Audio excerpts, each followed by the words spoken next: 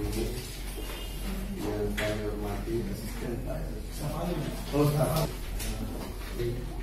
rekan-rekan Komisi 3 dan yang kami hormati kecamatan Pilihaga yang tentu pada saat ini memiliki durian dan berdoa karena bersyukur hari ini kita diberi kesempatan guna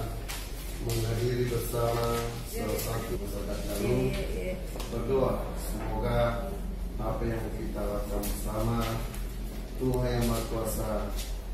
Selawat atas kepada Nabi Muhammad SAW, kita jadikan sebagai Nabi yang menjadi suri teladan bagi kita semua,